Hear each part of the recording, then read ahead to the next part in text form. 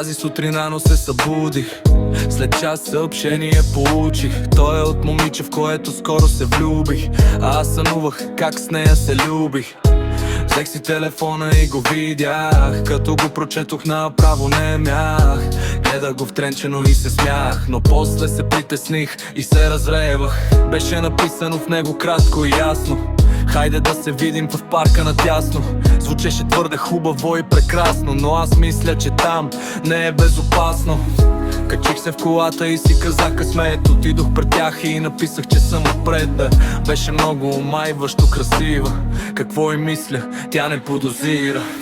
Отидохме в близкото кафене, аз си поръчах кола, тя фрапе. Каза ми, че съм мило момче. Аз знаех, че ще е моя, защото видях в погледа и сладко дете. Аз си поръчах кола, тя фрапе. Каза ми, че съм мило момче. Аз знаех, че ще е моя, защото видях в погледа и сладко дете.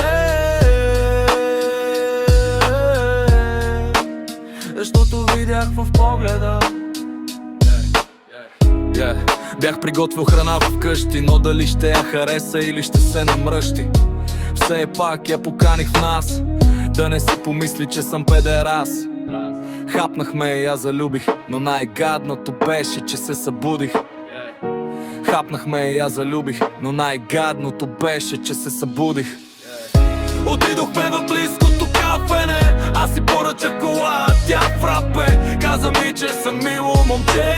Аз знаех, че ще е моя, защото видях в погледа и сладко дебе. Да, си поръчах кола, тя фрапе. Каза ми, че съм мило момче.